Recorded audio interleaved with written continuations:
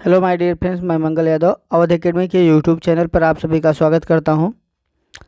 आज मैं 25 महत्वपूर्ण विज्ञान के क्वेश्चन के साथ फिर से उपस्थित हूं और मैं आप लोगों को बता दूं कि आप लोग हमारे साथ इस वीडियो में अंत तक बने रहिए, जिससे विज्ञान के महत्वपूर्ण क्वेश्चनों के बारे में डिस्कशन आप लोगों के साथ कर सकूँ। तो चलिए, आज का ये रहा आपकी स्क्रीन पर हमारा पहला प्रश्न। रेलगाड़ी जब स्टेशन पर पहुंचती है तो वह अपनी स्वाभाविक ध्वनि आवृत्ति से बढ़ती हुई लगती है, इसका कारण क्या है? जी हाँ, रेलगाड़ी जब स्टेशन पर पहुंचती है तो वह अपनी स्वाभाविक ध्वनि आवृत्ति से बढ़ती हुई लगती है, इसका कारण क्या है? ए अपवर्तन, बी परावर्तन, सी डॉपलर प्रभाव, डी इनमें से कोई नहीं। जल्दी जल्दी बताइए क्या होगा। बिल्कुल, बहुत अच्छे, बिल्कुल बिल्कुल बिल्कुल, C is the right answer, Doppler प्रभाव। जी हाँ, रेलगाड़ी जब स्टेशन पहुंचती है तो उसकी स्वाभाविक ध्वनि जो की आवृत्ति जो है वो बढ़ जाती है, क्योंकि यहाँ पर डॉपलर प्रभाव काम करता है। C is the right answer. Next question,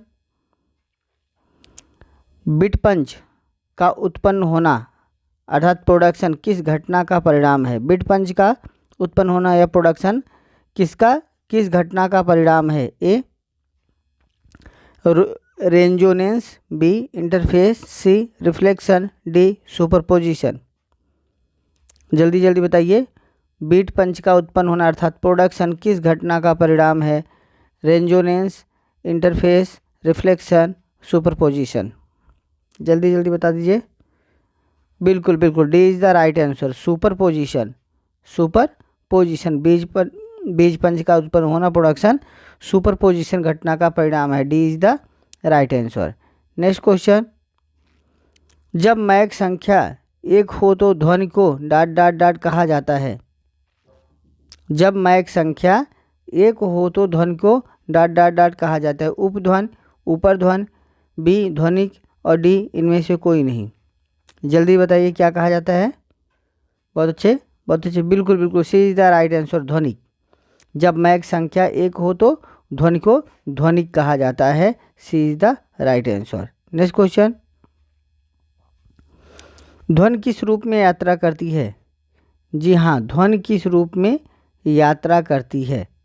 ए अनुप्रस्थ तरंग के रूप में, बी अनुदैर्ध्य तरंग के रूप में, सी स्थिर तरंगों के रूप में, डी अनुप्रस्थ एवं अनुदैर्ध्य तरंगों के रूप में।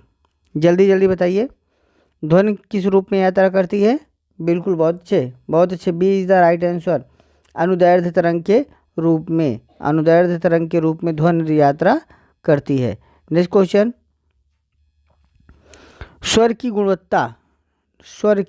गुणवत्ता ए उच्चता के साथ घट जाती है, बी सुर के रूप में सीधे बदल जाती है, सी विद्यमान अधिस्वर का पर निर्भर करती है, डी विस्तार के रूप में प्रतिलोम के रूप में बदल जाती है। जल्दी जल्दी बताएं क्या उत्तर होगा। बहुत अच्छे, बहुत अच्छे, जी हाँ, बिल्कुल बिल्कुल, बहुत अच्छे, C is the right answer, C is the right answer. ध्वनि की गुणवत्ता जो है विद्यमान अधिस्वर पर निर्भर करती है। C is the right answer. Next question,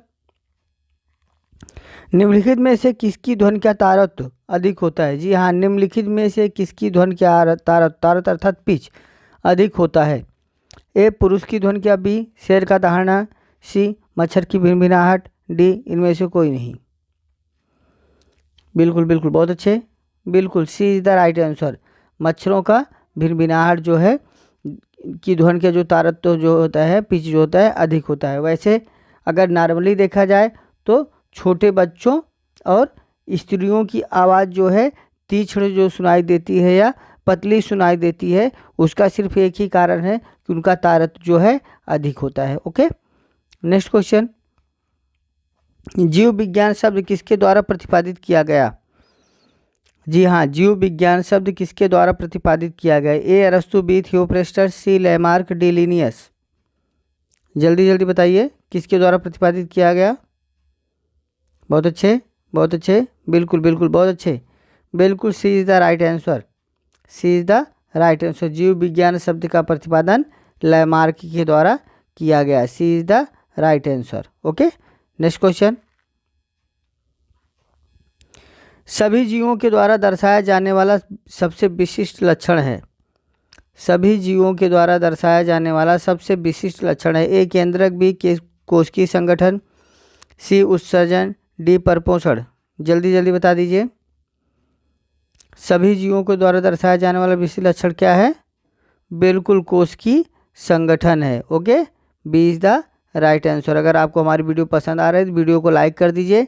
साथ ही यदि आप हमारे चैनल पर नए हैं, चैनल को सब्सक्राइब कर लीजिए और नोटिफिकेशन का बेल ऑन कर लीजिए, जिससे हमारी आने वाली सभी वीडियो का नोटिफिकेशन आपको मिलता रहे।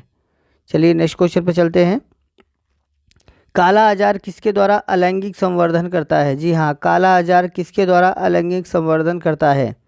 ए बहुखंडन, बी मुकुलन, सी द्विखंडन, डी एकखंडन। जल्दी जल्दी बताइए। बहुत अच्छे, बहुत अच्छे, बिल्कुल बिल्कुल, C is the right answer, द्विखंडन। काला ज्वर जो है अलैंगिक संवर्धन द्विखंडन विधि के द्वारा करता है। C is the right answer. Next question. सजीव तथा निर्जीव के बीच में मुख्यतः असमानता है। सजीव तथा निर्जीव के बीच में मुख्य असमानता है क्या? ए आकार का, बी जीव द्रव की उपस्थिति, सी गमन तथा वृद्धि, डी उपरोक्त में से कोई नहीं। जल्दी जल्दी बताइए। सजीव तथा निर्जीव के बीच असमानता क्या है? बिल्कुल, बहुत अच्छे, C is the right answer, गमन तथा वृद्धि की असमानता है। क्योंकि जो सजीव चीज़ें होती हैं उसमें गमन और वृद्धि निरंतर होती रहती है, जबकि जो निर्जीव होती हैं उसमें गमन और वृद्धि नहीं होती है। Next question. पोषण होता है, पोषण होता है ए सजीवों में, बी निर्जीवों में, डी दोनों एक तथा दो दोनों में, सी एक तथा दो दोनों में, डी इनमें से कोई नहीं।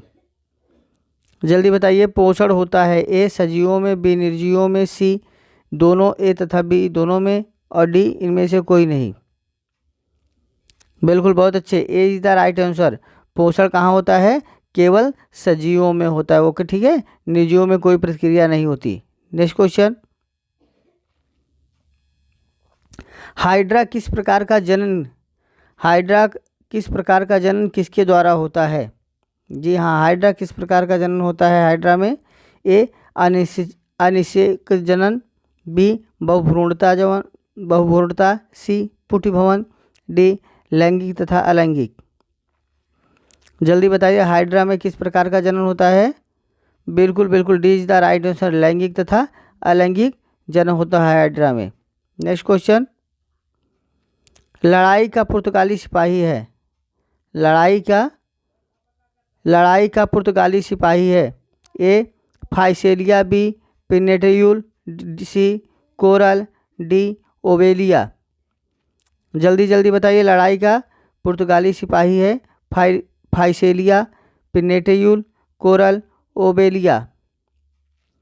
बिल्कुल, A is the right answer, physalia. लड़ाई का पुर्तगाली सिपाही कौन है? फाइसेलिया है। A is the right answer. Next question.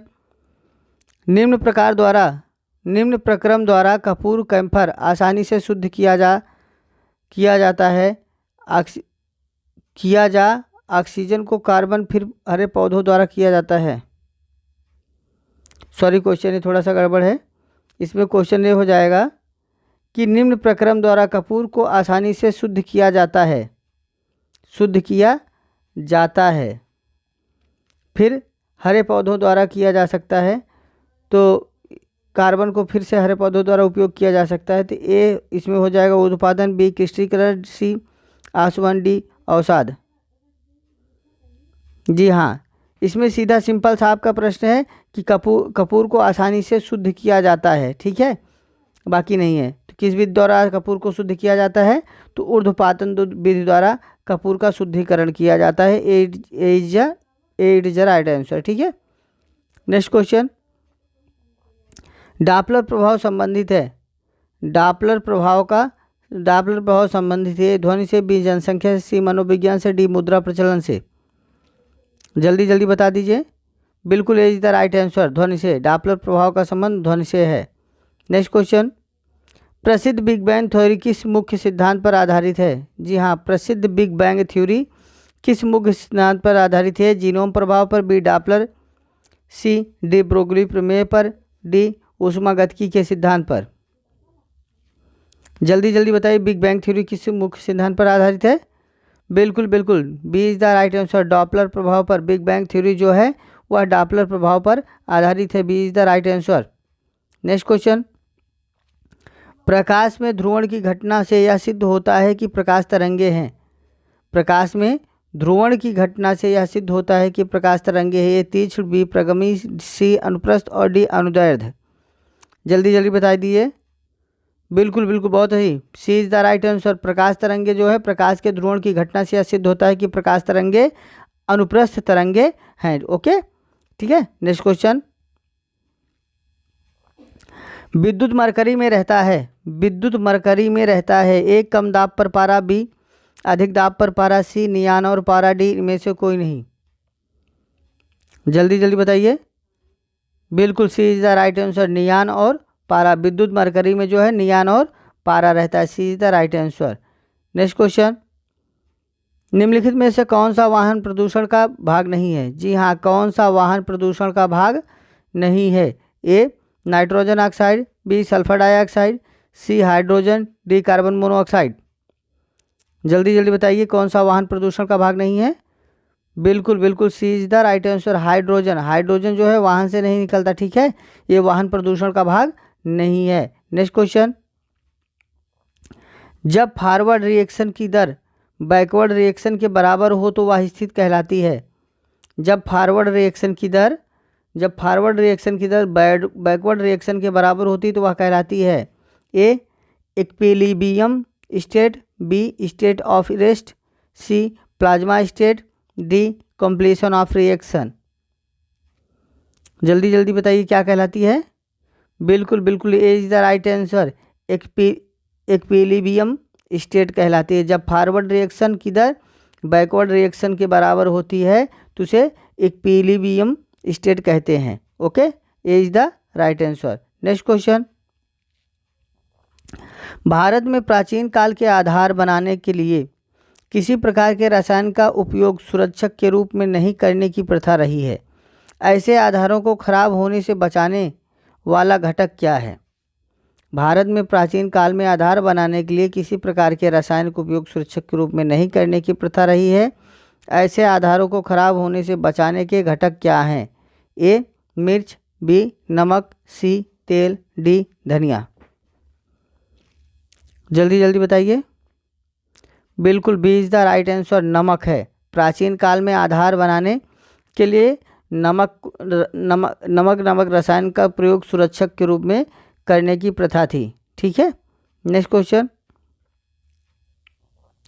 Carbon का शुद्धतम रूप कौन सा है। जी हाँ, कार्बन का शुद्धतम रूप कौन है। ए कोयला, ए कोक, बी कोयला, सी कास्ट कोयला, डी हीरा। जल्दी जल्दी बता दीजिए। कार्बन का शुद्ध रूप क्या है, हीरा है। ओके, हीरा जो है कार्बन का सबसे शुद्धतम रूप है। नेक्स्ट क्वेश्चन, सोडियम का सबसे अधिक पाया जाने वाला लवण है। सोडियम का सबसे अधिक पाया जाने वाला लवण है। A sodium carbonate, B sodium sulphate, C calcium bicarbonate, D sodium chloride. जल्दी जल्दी बताइए सोडियम का सबसे अधिक पाया जाने वाला लवण क्या है। बिल्कुल, D is the right answer, sodium chloride. Sodium का सबसे अधिक पाया जाने वाला लवण सोडियम क्लोराइड है। नेक्स्ट क्वेश्चन, दूरबीन क्या है। दूरबीन क्या है। ए दूर की वस्तु देखी जाती है, बी नज़दीक की वस्तु देखी जाती है, सी इससे पानी की गहराई मापी जाती है, डी इसमें से कोई नहीं। जल्दी जल्दी उत्तर दीजिए। दूरबीन क्या है। बिल्कुल, दूरबीन एक दूरदर्शी है या दूर की वस्तुओं को देखने के लिए उपयोग किया जाता है, ठीक है। और इस दूरबीन का आविष्कार किसने किया था, गैलीलियो ने, ठीक है, गैलीलियो ने इसका आविष्कार किया था। और अब रहा ये आज का आखिरी क्वेश्चंस, ब्रेड बनाने में इस्तेमाल होता है। जी हाँ, ब्रेड को बनाने में इस्तेमाल होता है जीवाणु का, बेकर्स ईस्ट का, सी स्यूडोमोनास का, और डी इनमें से कोई नहीं। जल्दी जल्दी बताइए। बिल्कुल बिल्कुल, B is the right answer. Bread को बनाने में बेकर ईस्ट का प्रयोग किया जाता है। ईस्ट का प्रयोग किस लिए करते हैं, ब्रेड को मुलायम तथा लचीला बनाए रखने के लिए। अगर आपको हमारी वीडियो पसंद आई है तो वीडियो को लाइक कर दीजिए, और यदि आप हमारे चैनल पर नए हैं तो चैनल को सब्सक्राइब करिए, साथ ही साथ नोटिफिकेशन का बेल ऑन कर दीजिए, जिससे आपको हमारी सभी आने वाली वीडियो मिलती रहे। धन्यवाद।